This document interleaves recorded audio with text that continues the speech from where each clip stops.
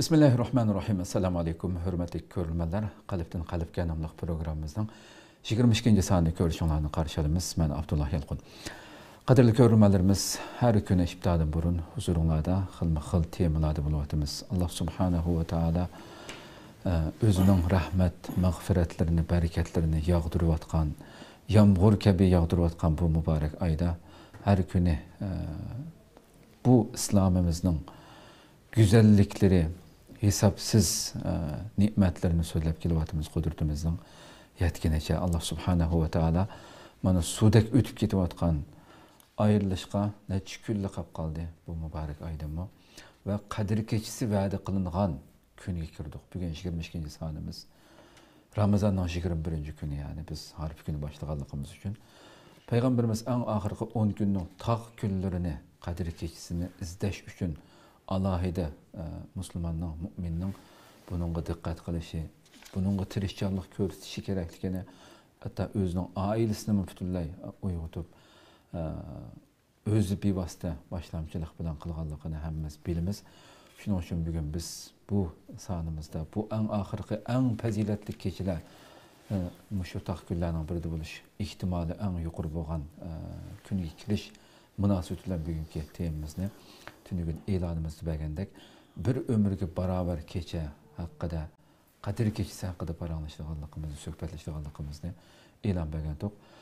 Bugungi programmamizning aziz mehmoni hammalar tanishib bo'lgan hurmatli ustoz Sharq Turkiston Ulamolar birligi shuningdek dunyo musulmon olimlar birligi a'zosi Abdurahmon Jamol Qashqariy taklif qildik. Qimmatli vaqtdan chiqarib qadam tashrif qilganlar uchun ko'p rahmat aytamiz. Alloh razı olsun. Qadrli ko'ruvchilarimiz, programmamiz YouTube va Facebook kanallarimiz orqali tarqatilyotdi. Ekran oldiga chiqib turayotgan nomerimiz shundaqla ijtimoiy uchur vositalaridagi aloqa vositalarimiz orqali programmamizga aloqador har qanday fikr taklif bo'lsa, berishinglarni, savollaringiz bo'lsa, so'rashinglarni umid qilamiz. Shundaqla ko'plagan qarindoshlarimizdan foydalanish uchun ham bahrlab qo'yishni ham unutmaysizlar. Va bu muborak kunlarda bizlar uchun ham duo qilishni programmaning beshidan devlay unutmaysizlar. Chunki eng muborak kunlarga, kechalarga kirovatimiz bugundan boshlab. Albatta ustoz bevosita kirib ketsak, bu kechining ulug'ligini so'zlash to'g'ri kelsa, o'zining qiyomatgacha tilovat qilingan Qur'onida Rabbimiz maxsus bir suraning ismini atab turib, shu suraga berib turib, Qadr surasini tushirib, buning fazilatini eng mukammal shaklda Rabbimiz bayon qilib berdi. Nurg'un hadislarda so'zlandi. Her yili bütün dünyada Müslümanlar bu kechaga erishish uchun qo'ldan kelgancha tirishchanlik ko'rsatadi. Shuning uchun biz mana shu eng oxirgi 10 kunga kirgan shunday minutlarda boshdan bu yil garchi butun islom dunyosida 27 kechani nurg'un faoliyatlarda o'tkazgan bo'lsa-mu, biz boshdan deyishayli, paranglashayli, suhbatlashayli deb o'tiribdik. Oldi bilan Qadr kechining mohiyati haqida qisqa bir kelish bilan boshlagan bo'lsak. Bismillahirrahmanirrahim. Elhamdülillahi Rabbil alemin. Ve salatu ve selamu ala seyyidil mursalin ve ala alihi ve sahbihi ecmaîn. Thumma ma ba'd. Her yili mushu kunlarda, Ramazan kunlarida musulmonlar Qadr kechasining sharafiga, fazilatiga erishishga intiladi. Qadr kechasi demak, sharafli, ulug' kecha. Qadr kechasi qanday kelsa, Qur'oni Karim nozil bo'lgan, insoniyatga hidoyat yo'li, hidoyat xo'risi ichilgan, musulmonlarga to'g'ri bir metod ko'rsatilgan bir kecha. Qadr kechasi haqiqatan bir barakatli, yaxshilik bilan to'shab ketgan bir kecha. Qur'oni Karim Qadr kechasininki barakatini, buningki yaxshiligini tasvirlab, xayrun min alf shahr. Laylatul Qadr xayrun min alf shahr. 1000 oydan afzal. 83 yildan afzal bir kecha dedi. Endi biz bu Qadr kechasini tabriklashimiz, bunu alqışlayışımız, bunun savabı fazilet erişimiz doğru için bir yer 5 türlük mesele var, bunu aydınlaştırış doğru kıldı. Birinci olan Qadr kechasi her yıl tekrarlandı. Bu ömürde bir qatam olmaydı, her yıl Qadr kechasi bağımsız. Bu Allah'ın Müslümanlığı bergen inam. Peygamber aleyhisselam, bunun delili Peygamber aleyhisselam, sizler Qadr kechasini ahir Ramazan'ın ahir 10 günde izdanlar. Ahir 10 günde bunun erişişke indilanlar degan hadise bununki delil. Eğer her yıl tekrarlanmayacağımız Peygamber Aleyhisselam'ın bu sözünden hiç kadar ahbiyeti olmagan bo'ladi. İkinci mesele, Qadr kechasi qachon bo'ladi olsa, Ramazan ayida bo'ldi. Bunun delili şehr Ramazan ellezi unzile fil Kur'an. Kur'an-ı Kerim nazil olan ay Ramazan ayı. Qadr kechasi qaysi oyda bo'ldi desa, Ramazon oyi. Ya'ni Ramazon oyida bo'ladigan bir oy. Hamda Ramazon ichida bo'ldi. Lekin qachon bo'ladi? Qaysi kuni bo'ladi? Qaysi vaqti bo'ldi? Buni dinimiz bizga aniq deb bermadi. Kesib 21, 23, 27, 29 bo'ladi yoki 26, 28 bo'ladi deb bermadi. Deb bermaslik sabab nima? Bu kunni ochiq oshkor bayon qilmas sababni kishilarning ibodatga tashabbus qilish. Taximmi ko'p ibodat qilinglar. Taximmi Alloh uzuninglar. Taximmi yaxshi ishlarni sizlar ko'p qilib olinglar demiş. Xo'sh, xo'sh. Alloh taolo yaqinlashib olinglar demiş. Bu bir sabab. Ikkinchi bir sabab biz yashayotgan bu dunyoda bir qancha qit'a bor. Bu yerda kecha bilan kunduzning farqi bor. Biz bugun hozir kunduz tug'an bo'lsak, balkim Avstraliyada kech bo'lishi mumkin. Amerikada kech bo'lishi mumkin. Xo'sh, xo'sh. Bir yerda qadr kechisi bo'ldi deb faraz qilinsa, yana bir yerda kunduz bo'ladi. O kecha bo'lgan yerdagi musulmonlar qadr kechisining fazilatiga erishsa, kunduz bo'lgan musulmonlar qadr kechisining fazilatidan mahrum qolamdi? Mahrum qolmaydi. Demek bu sebepten Allah Teala qadr kechisining qachon bo'lganligini demedi. Chunki dunyo kecha bilan kunduz olmish bo'lganligi uchun vaqtlar fil-layl va nahar. Unda o'g'a vaqtida bu qadr kechisiga erishish uchun dunyoning qaysi bir yurtida, qaysi bir davlatida, qaysi bir mamlakatda yashagan musulmonlar bo'lib qolsa, bu kecha bilan kunduzni tang buni jihad deb qarab, buni bir inqilob ro'yi deb qarab, ibodat ro'yi deb qarab, oxir 10 kunda Ramazonda 20 kun qarag'ancha oxir 10 kun harbiy holat o'ssa, endi erishish mumkin. Xo'sh. Chunki Istanbuldagi musulmonlar kechida qadr kechisi deb yetdik deb o'ylasa, Iroq qit'adagi, Amerikadagi yoki Avstraliya yoki Yapondagi musulmonlar qarasa kunduz. Ular bundan mahrum qilmaydi. Dunyoda musulmon bo'lgan hammasi ixlos bilan, samimiylik bilan ibodat qilsa, bu kechaga erishadi. Bu sababdan Alloh taolo bu kechaning qachon bo'lganligini demagan. Uchinchi masala qadr kechisining sharifi Qur'oni Karimning sharifiga bog'liq. Qadr kechisini ulug'laymiz deydiganmiz, Qur'oni Karimni ulug'lash lozim. Qur'oni Karim ko'p ahamiyat berish lozim, ko'p tilovat qilish lozim, ko'p anglash lozim. Qur'oni Karimni tushunishga, Qur'oni Karimning ko'rsatmalarini bilishga ahamiyat berish lozim. Ham Qur'oni Karimning ko'rsatmalarini kundalik hayotimizda amal qilishga urinish lozim. U vaqtida qadr kechisining ahamiyatiga yetgan bo'lamiz, u vaqtda uni tushungan bo'lamiz. Agar biz 27-ga vaqtida iftorni qilib bo'lib, udul masjidga kirib tangatish u yerda o'tkazsak, qolgan vaqt kelgancha Qur'oni Karim manda desa, nima ishim meni? Islom manda desa, nima ishim meni desa, bu bakabiga. Qadr kechisini o'ynashganlik, chaqchaq qilganlik, qadr kechisini tamamen bir kulkiga aylantirib qo'yganlik. Qadr kechisi demak bu hayotingning o'zgarish nuqtasi demak. Ilgari fasiq bo'lgan bo'lsang, taqvo bo'lasan dedi. İdeya jihatdan ozgan bo'lsang, to'g'ri yo'lga qadam qo'ysan dedi. Yangidan tug'ilganda yo'l xaritani ochadigan bir kecha demak bu. Bunda tushunish lozim. To'rtinchi bir masala, Qur'oni Karim qadr kechisi tushdi. Qur'oni Karim qancha qatam tushdi? Bir qatam tushdi payg'ambarimizga. Alloh subhanahu va taolo tarafidan birinchi osmonga bir tushdi. U yerdan birinchi osmondan payg'ambarimizga 23 yil jarayoni Qur'oni Karim hadislar qarta, ahvol qarta, sharoit qarta, o'rinning taqozosi qarta 23 yil jarayon tushib payg'ambar alayhisolamning hayotini yuzlantirib turdi. Yo'lboshchilik qildi, yetakchilik qildi. Unda o'g'a vaqtida biz payg'ambar alayhisolamdan ummat bo'lgan ekan, bu Qur'oni Karim bizning hayotimizga, bizning aqidamizga, bizning fikrimizga, istilimizga, siyosatimizga, iqtisodimizga, siyosatligimizga, hamma ishlarimizga yo'l ko'rsatish lozim. Yetakchi bo'lish lozim. U vaqtida bu Qur'oni Karimning sharifiga endi biz yetgan bo'lamiz. Demak, biz qadr kechisini ulug'lagan bo'lsak, na'dan ulug'laymiz? Qur'oni Karimningki nozil bo'lganligidan. Bu kechininki yo'l xaris bo'lganlik ulug'lik. Ya'ni butun hayotimizda, xuddi payg'ambar alayhisalom Qur'oni Karim payg'ambar bo'lib, ta vafot bo'lganida 23 yil jarayon tushib yo'l boshlab mangan bo'lsa, bu Qur'oni Karimni biz qancha yil yashasak, hayotimizda biz yo'l boshlab mangan u vaqt qadr kechisiningki ahamiyatini, mohiyatini endi tushungan bo'lamiz. Xo'sh. U vaqtda biz g'albiga erishamiz. U vaqtda qadr kechisini to'g'ri bir tushunchaga ega bo'lgan bo'lamiz. 5-chi masala, Alloh taolo bu kechada, bu kunlarda, bu oyda yaqinlashish Alloh ko'rsatgan yo'l xaritasi bilan bo'ldi. Alloh ko'rsatgan manhaj metod bilan bo'ldi. O'zimiz xohlagancha yo'q ishni paydo qila olmaymiz. O'zimiz xohlagancha islomda ba'nasini chiqarib o'tib yaqinlasha olmaymiz. Masalan, Alloh yaqinlashishniki eng muhim omillarimiz Alloh farz qilgan ibodatlarni joyida ado qilish. Xo'sh. Qaysi bir ishni farz qilgan bo'lsa, ibodat tava bo'lsin, bo'ysunish. Axloq tava bir ishni farz qilgan bo'lsin, bo'ysunish. Iqtisod tava bir ishni farz qilgan bo'lsa, bo'ysunish. Qaysi bir ishdan to'sqan bo'lsa, uni yenish. Shuning bilan birlikda insonlarningki haqqiga alohida diqqat qilish lozim. Boshqalar zulm qilgan bo'lsak, ma kechikishdan ilgari biz zulmni qaytaraylik. Ya'ni boshqalarni biz o'taydigan qarzimiz bo'lgan bo'lsa, berib olaylik. Boshqalarning haqqida qaqti so'qti qilgan bo'lsak, uni qaytaraylik. Boshqalarningki obro'ni tushirayotgan bo'lsak, gap topgan bo'lsak, fitna fasod topgan bo'lsak, uzr so'rab olaylik. Buni qilmay turib, bu kişinin fazilet erişkimi. Bu farz modus farz. Bendining huquqi Xo'sh, xo'sh. mustahabdarchilik ish emas, nafli xarakterlik ish emas. Biz bu kechida tarovih ko'ngilimiz. Tarovih farzmi? Farz emas. Biz bu kunlar bir qancha qatim Qur'onni xatmi qilamiz. Xatmi qilishimiz farzmi? Farz emas, sunnat. Ammo farz ibodatlarni ado qilish, vacib ibadetlerini ado qilish, insonlarning huquqiga rioya qilish u farzimiz farz. Shuni bu yerda bu nafl ishning oldida farz ishni alayda qo'yish lozim. Bu kishining biz savobiga, fazilatiga erishimiz deb qarasak.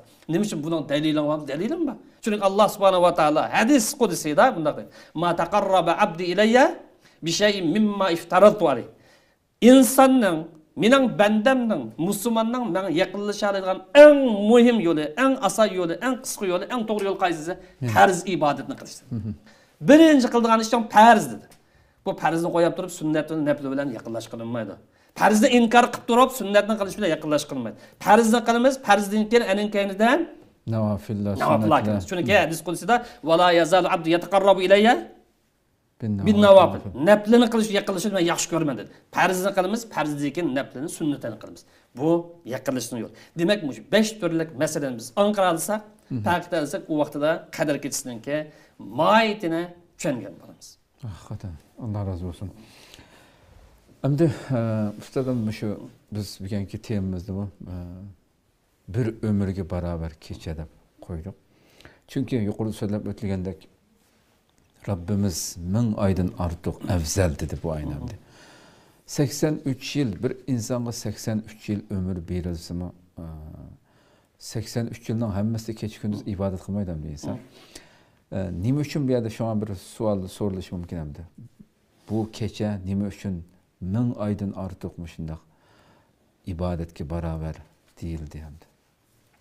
Yani to'xtamayda ibodat qilgan 83 yil ibodat qilgan kishining ajriga erishamiz yoki 83 yil yashagan bir inson balkim toplam ibodatini yig'ib kelsa bir qancha yil bo'lishi mumkin hamda. Eng ko'p ibodat qilgan inson. Biraz açayım bu mesela.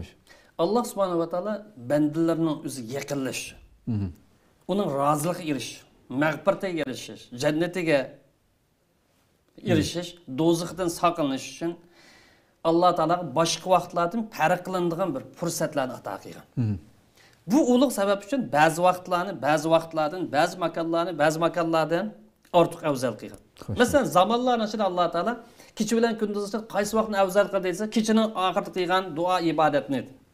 Garchi farz ibodat afzal bo'lsa-mu, 5 vaqt namozning kunduz qilinsa-mu, lekin kechining oxirida uyqusidan voz kechib, qo'pab duo qiladiganlik uchun shu vaqt qilingan duo afzal.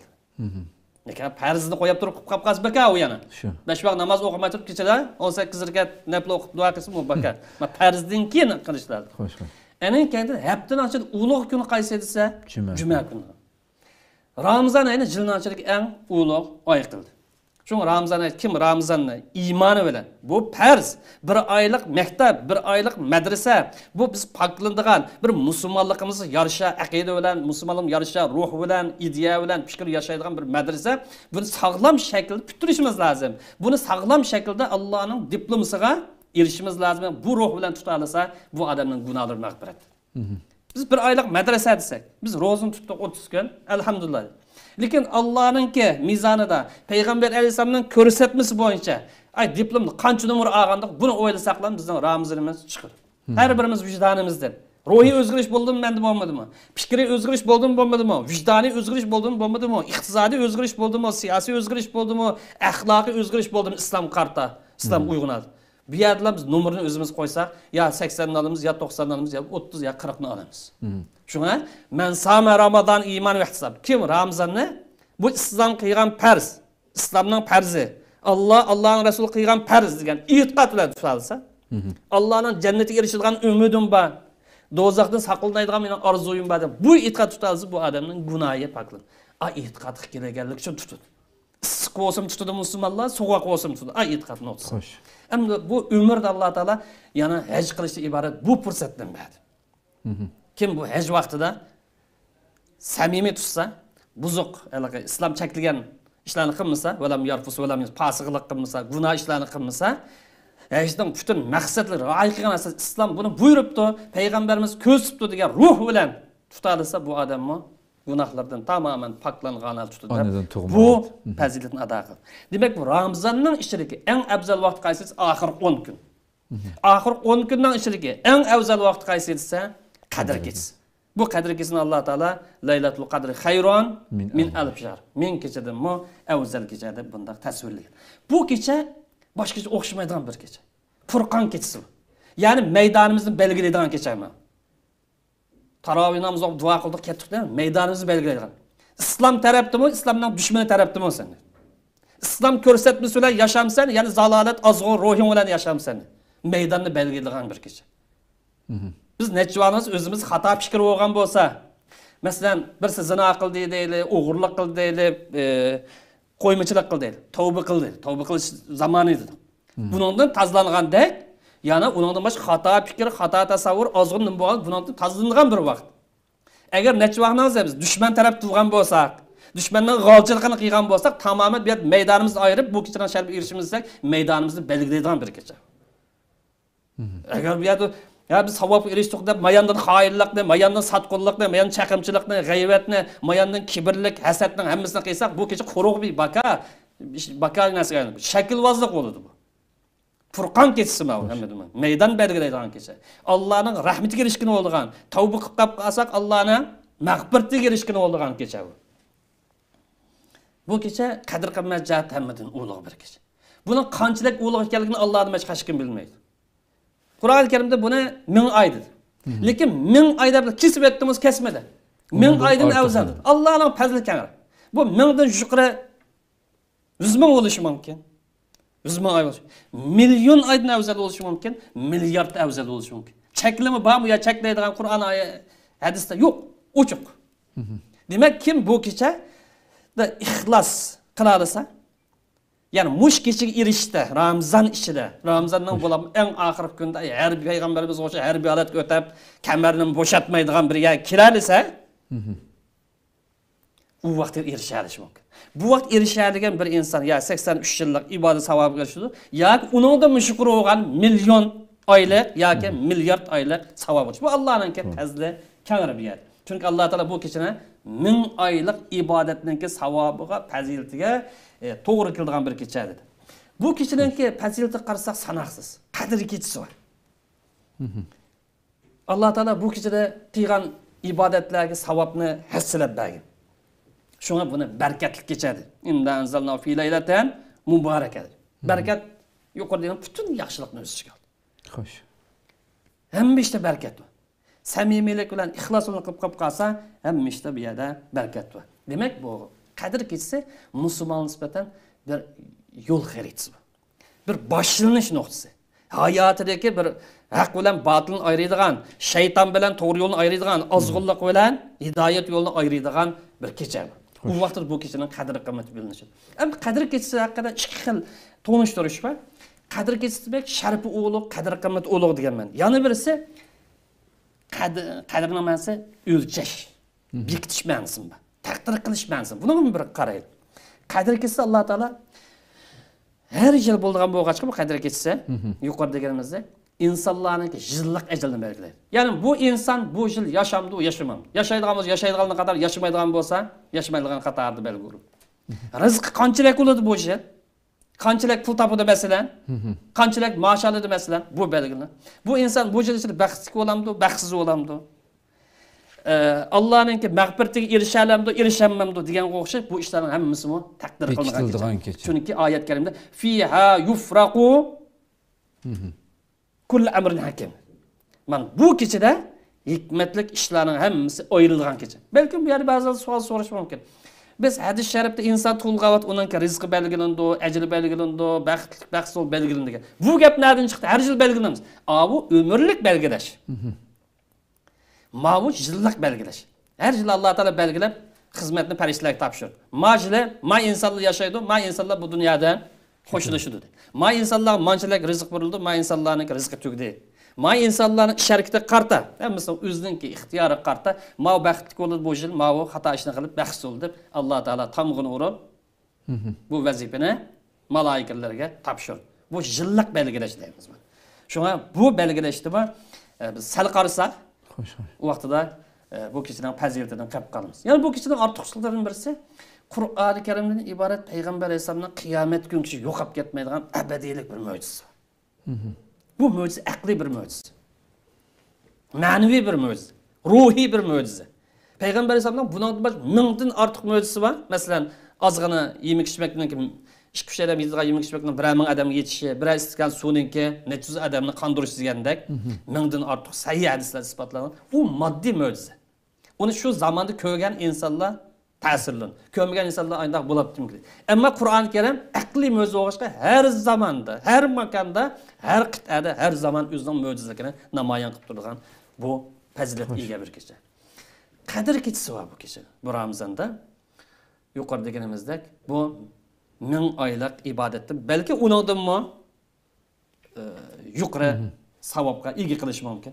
Bu kechada insonlarning rizqi, ajali baxtsiz bo'lganlik belgilangan, rahmat bilan to'shgan, tong atgan qadar Allohninki salomiga, tinchligiga erishadigan bir kecha. Xulosalar vaqtida kim bu kechada samimiylik bilan, ishonchli bilan, islomga bo'lgan muhabbat bilan Allohning farmoniga sami'na va ata'na degan ruh bilan tutib qolib qolsa, bu odamning ilgirki gunohlarining hammasi mag'firat qilingan bir kecha. Hamda qadr kechasi qachon degan bu masalada olimlarimiz bir qancha xil ko'z qarash o'tirib qo'ydi. Bu ko'z qarashlarning xulosasi qarasak, qadr kechasi Ramazonning oxirgi 10 kuni bu.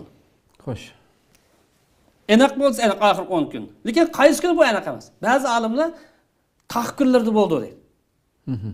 Ramazon oxirgi taq kunlarda. Balki bu payg'ambarimizningki buni taq kunlarda izdanglar degan bu hadisga asosan o ko'z qarashdan olgan bo'lsa kerak. Xulosalar avati oxirgi 10 kunga. Lekin Rasululloh uni degan bilan butun oxirgi 10 kunning hammasini shu oilasini uyg'otib ibodatlar o'tkazatdi-ku. Shunga kim shu 10 kunni ibodat bilan, samimiylik bilan, ixlos bilan, ruhiy o'zgarish bilan, ruhiy inqilob o'tkazalsa, qadrga cho'qib yetamdi deb aytadi. Bu yerda olimlarimiz bu taq kundadir. Lekin bu yerda bir masala bor. Bu qit'ali paqididir. Yuqori deganimizda makon paqididir. Unda bo'lgan chaqda buni taq kunda deb bilan bekitib qo'yib, jup kuni kelgan chaqda g'aflat uyqusi yotsa, u kuni tarovihga sal qarab o'qidik yo o'qimadik, tarovih o'qigan bo'lsam, qiyomdimi to'madik, duomi qilmagan bo'lsa, eng cho'ng g'afildan qatar. Chunki biz u kunda taq kunda bo'lamdi, jup kunda bo'lamdi, buni hech kim bilmaydi. Oxirgi 10 kunda izdanglardi payg'ambar. Oxirgi 10 kunda harbiy holat o'tanglarsizlar. Bu kunda qilingan ibodat boshqacha o'xshamaydi. Masalan, bu kunda bir inson subhanalloh degan bo'lsa, bu kechada boshqa vaqtlarda 1000 oyda qilgan subhanallohning savobi yashaydi. Agar bu kechada bir odam $100 iyona qilgan bo'lsa, $100 Allohning yo'lida yordam qilgan bo'lsa, boshqa vaqtga necha to'g'ri keldi? O sanoqsiz to'g'ri keldi. Demak, bu bir yerda jup bo'lgan bo'lsa, yana bir yer taq bo'lganlik uchun, shunga buni taq kuniga qarta o'lish bu to'g'ri emas. Payg'ambarimizning hadisi bo'yicha buni oxirgi 10 kun markazlashtirish lozim. Bu vaziyatdan İstanbul qarindoshimiz deyimki, 27-kuncha Fatih masjidi va boshqa yerda tarovih qiyom namozi shuni markazlashtirib olmay, agar taq kuni qilsak şu kuchliroq degan ko'z qarash bo'lsa, bu 21dan bo'lishi mumkin. 23dan bo'lishi mumkin, 25dan bo'lishi mumkin, 27, 29 bo'lishi mumkin. Bu kechadan kecha olmishdi. Payg'ambar sallallohu hayotida 27 bo'lgan. Hadis asosi. U har yili unda 27 bo'ldi degan hech qanday dalil yo'q. Shu 27 xas qilib olish, bu balkim u nimaninki qadrgisining fazilatini nurg'un musulmon qochirib o'tishi mumkin. Agar ayda qadrgisining fazilatida bir alayda bir kuchayli bu kishiga hammalar tang erisha olsak, bu taq hech bo'lmagancha jup kuni bo'lamasak, taq kunning hammasi qilsak bo'ladi ibodatni. To'g'ri. Agar taqimmi Bu taq kunda İstanbulda bo'lgan bilan boshqa yerga jup kunda bo'lgan bo'lsa, Bu uni da boshqa- mahrum qilmasdan, boshqa yan- oxirgi kundami, jup kundami bu agar masjid qilmasakmi, uyimizda Qur'on tilovati bilan, Albatta. duo zikri bilan, islomni tushuntirgan sog'lom kitoblarni o'qib, ruhimizni tozalash bilan uni ham kuchash lozim. Bu boshqa faoliyatlarni azaytib bir harbiy holatga o'tish lozim bu masala. Albatta. Boshqa yerdagilarga nisbatan hamda meyada masalan bilgan kunduz bo'lsa boshqa yerda kech bo'lgan bilan ularga nisbatan yana o'xshashlar masalan bir kun keyin yoki baldur bo'lsa ularga 27 da 21 aşı yashayotgan davlatda yana kech bo'lib o'xshash shu hadis so'zlangan bo'yicha kechini qiyomlarlar o'tkazib bo'lardi ana. Qiladi. Ha, albatta. Ama bununki bu qadr kechisiga erishganlikning bir alomati var masalan bir inson o'zining qadr kechisiga men erishdim deb deya olamdi masalan. O kun aniq bo'lmagan ekan. Ba'zanlar kun bir oz chiqsa. İşaretler. Unaga keskin bir sayı hüccet yok. Ba'zi bir rivayetlarda aynı ba'zi bir ko'z qarashlar yoki olimlarniki izohati deydi. Bak keskin mındaq deydigan alamet yok. Xo'sh. Men erishibdi deydigan. Şuna buna erishishning alameti oxir 10 kunda avvaldan tortib oxirigacha ruhiy jihatdan, fikriy jihatdan, axloqiy jihatdan, iqtisodiy jihatdan jihodiy taraf har qaysi tarafdan teng kirish lozim buna. Xo'sh. Her adam kuchidan yetishcha bu kechaga erishishga kirish lozim. Endi shu bugundan boshlab hozir kirib ketdik degan gapimda. Shu oxirgi 10 kunda bir musulmon o'ziga bir ko'taradigan bir programma tuzishga to'g'ri kelsa, men shu 10 kunimni manda o'tkazishim kerak deb. Hamma odam qila oladigan bir shaklda bir qisqa bir narsa bir program. Oxirgi 10 kun umrdagi eng afzal kechalar dedik. Bularmi Ramazon oyidagi eng afzal kechalar oxirgi 10 kun. Qadr kechasi kunlarning ichidagi eng ilg'or, eng afzal kecha. Qaysi bir odam shu 10 kunni qiyomda turib, kunduzi ro'za samimiy turib, ro'zani ta'sir yetkazadigan, ro'zaningki savobini yo'qotadigan bunday ishlar qilmay o'tkazalsa, bu odam cho'qon qadr kechisiningki fazilatiga, savobiga erishgan bo'ldi. Endi bu qadr kechisida qilingan bu ibodat boshqa vaqt qilingan 1000 oylik ibodatdan afzal. Xo'sh. Masalan, $1 sadaqa qilish boshqa vaqt qilgan $1000 afzal. Bir bet Qur'on o'qish bu kechada boshqa vaqt o'qilgan 1000 bet Qur'ondan afzal.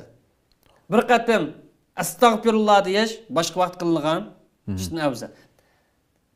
Boshqalarniki bir haq o'tab qolgan bo'lsa, uni qaytarib berish boshqa vaqt qilgandan afzal. Demak, Alloh taolo ashunday bir fazilatni bergan. Xo'sh. Endi bu yerdagi qadr kechisiga yaxshilik 1000 ayol to'xtab qolmaydi. Buning savobi ochiq, Allohning fazli kengri. Xayrun degandan bu xayr million verishi mumkin, milliard verishi mumkin. Xo'sh. Shu bu xayrga erishishda boshqa pachamparat bo'lgan dunyolik ba'zi bir xayrlardan biroz qo'l yig'ib tursak. Yani taşlan deganlik emas. Yani Ramazonning oxir 10 kuniga kelgancha jihad qilmay, to'xtamay zikr tasbih shug'ullanib deganlik emas. Jihad qilgancha jihad qildi bu farz. Jihad qilib turishmi, mush qadr kechisidan qarashmaydigan ibodatlarniki bir. Balkim biz Alloh nasib qilsa keyin to'xtalishimiz mumkin. Xo'sh. İqtisodiy jihat va ilmiy jihat va uningda boshqa insonlarniki turmushi munosabatlar, xizmati munosabatlar. Demak, bu yerdagi masala har bir ishni joyida samimiy qilish, ixlos bilan qilish. Allah'ın fazliga erishishni oldin qo'rin qo'yib bo'yim demak. Xo'sh. Endi qadr kechisi qachon boshlansa, namoz shamdan tortib tong otgan qadar davomlashadi. Unda bo'lgancha bir program namoz sham azon chiqqan vaqt iftorni bir 5 minut kechiktirib azon to'kishi, bir azonning savobiga anglash, azon takrar savobiga erishish lozim. Xo'sh. Enin kendi iftorni sunnat bo'yicha tezroq qilish qoldirish lozim. Bu iftorni qilib bo'lgandan keyin xuftonga tayyorlik qilish, xuftonni farzi bilan, sunnati bilan jamoat ishida o'qish. Xuftondan keyin tarovih namozni immoqning oxir tukisha bir para o'qiy oladiganmiz, bir para, ikki para o'qiy oladigan, ikki para, yarim para tarovih namozni o'qish. Tarovih namozdan keyin bir az armaz elib, yoki orliqda zikr tasbih shug'ullanib, Qur'oni Karim o'qiy oladigan bo'lsa, orliqda vaqt bo'lib qolsa, Qur'oni Karim o'qib, tavba qiladigan bo'lsa, tavba qilib, o'ziga, qarindoshlarimizga, vatanimizga, xalqimizga, barliq musulmonlarga duo qilish uchun o'tkazish. Ening keyinidan bu kechada g'aflatda o'tkazmay yoki kechadan savobidan mahrum qolmaslik uchun kechada tahajjud qilib turish. Xo'sh. Jamoat ishida turish. Bu yerda muhim nuqtalarning birisi xufton namoz bilan bandat namoz jamoat ishida o'qish Bu qiyam turishdan muhim. Buni yana eskartimiz. Kecha qiyamda turgandek bo'ldi-da, unda qilsa. Chunki u farz ish, nafl ishninki har zaman oldida tur. Shuning bilan birlikda sunnat namozlarga alayda ahamiyat berish. Bu sunnatga deb buni sal qarsak qilmaydi. Farz bilan Allohga yaqinlashganda sunnat bilan yaqinlashamiz. Zikr va duoni o'z ishiga olamiz, o'z ishiga olamiz. Xo'sh. Qur'oni Karimni imkon bo'lgan miqdor bo'yicha ko'p o'qish. Tasbihni ko'p qilish, Allohni ko'p hamd aytish, payg'ambarimizga duo salom yo'llash qiyomat kuni shafoatiga erishish uchun. Barliq musulmonlarga duo qilish, o'zining bir to'g'ri yo'lda manishiga, haq yo'lda manishiga to'xtamay duo qilib turish.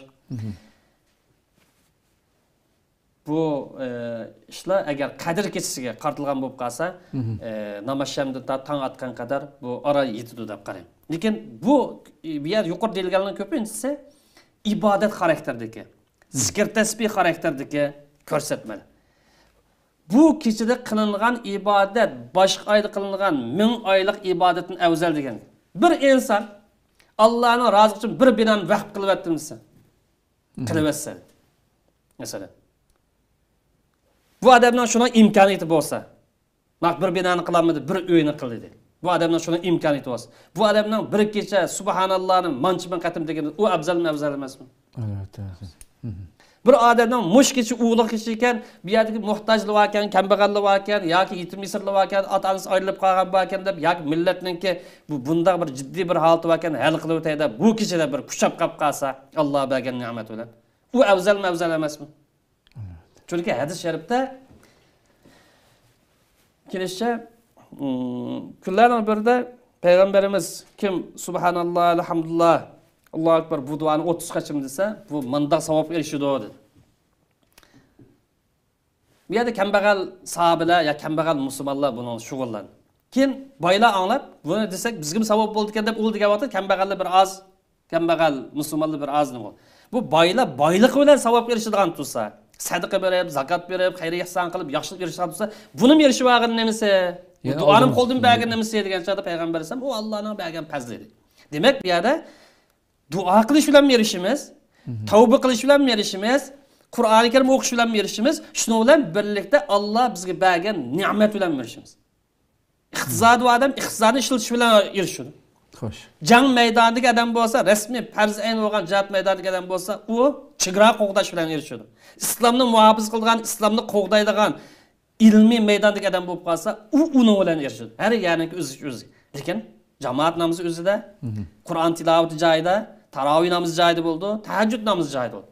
Buni qilib turib, yana boshqa ishni tang ep bag'ini bo'lamiz, ep bag'ini. Bu programma menimcha yetarli. Allah razı olsun. Köpten köp rahmet. Şahit tügesek.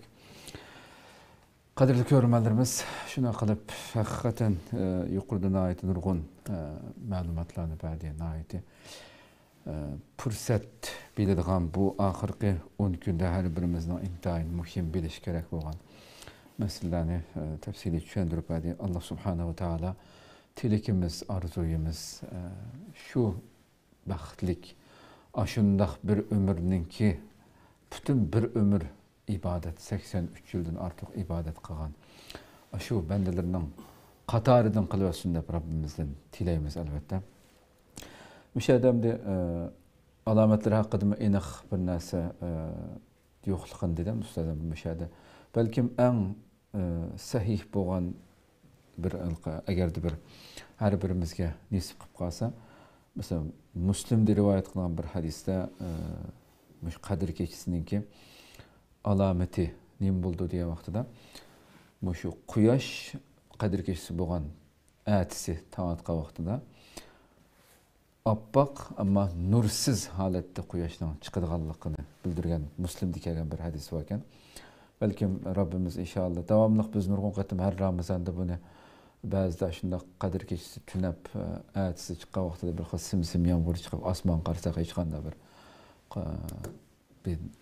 her gün ko'rayotgan nurliq chechib turgan quyoshning nuri yo'q.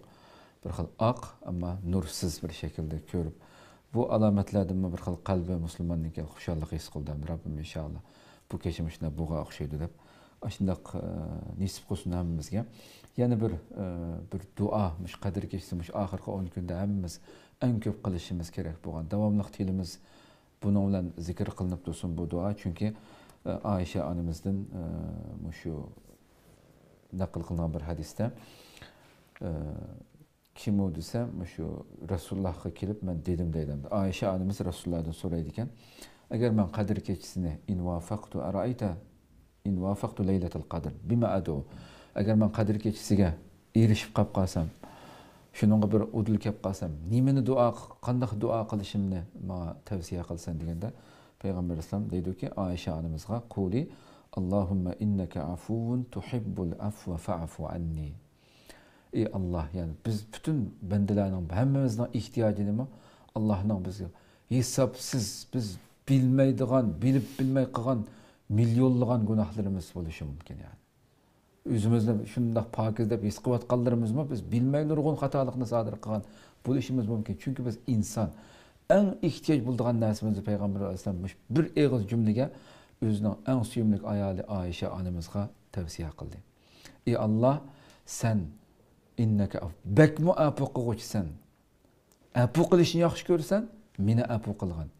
Bu duoni qiling deb tavsiya qildi. Har birimiz mushu albatta Ramazon bo'yicha qilyapmiz. Oxirida davomli holatda har namozimizda, har kechimizda bu duoni shunchalik qisqa yana har qanday savotsiz insonmi bir anlash bilan yod etib oladi. Ve ma'nosini degan bo'ldi tarjimasini. Ey Allah, sen bekmu apu qilg'uchisan, apu qilishni yaxshi ko'rsan, meni apu qilgin, kechirgin gunohimni. Albatta bu boshqa insonlarning haqlarini ado qilish, bularni gadnimizni yo'q qilib o'tib, bularni halollashib olib, andan keyin nurg'un yaxshi amalni qilish bilan desak, texnik ta'sir oldi buniki. Rabbimiz Allah subhanahu wa taala hammamizni mag'firat qilgan ashu bandalarning qatoridan qilsin. Allah ömür ve saatlik programımızı görüşükçe aman boğayslar. Esselamu Aleyküm ve Rahmetullahi Teala ve Berekatuhu. Ya nural hilal, akbil ta'al, feşşev